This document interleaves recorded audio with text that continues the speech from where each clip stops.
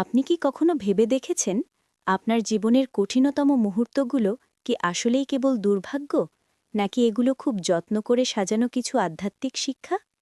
আপনার জীবনের প্রতিটি ব্যর্থতা, প্রতিটি দীর্ঘশ্বাস এবং প্রতিটি বাধা আসলে আপনাকে ধ্বংস করতে আসেনি, বরং আপনাকে নতুনভাবে গড়তে এসেছে।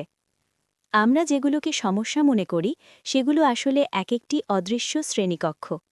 হৃদয় ভাঙা কষ্ট আপনাকে শেখায় নিজের ভেতর ভালোবাসা খুঁজতে। ব্যর্থতা আপনাকে শেখায় ধৈর্য এবং নতুনভাবে শুরু করার সাহস। একাকিত্ব আপনাকে সুযোগ করে দেয় নিজের আত্মার সাথে গভীর সংযোগ তৈরি করার। এই পরিস্থিতিগুলো আপনার ভেতর এমন এক রেজিলিয়েন্স বা ঘুরে দাঁড়ানোর শক্তি তৈরি করছে যা অন্য কোনো উপায়ে সম্ভব হতো না।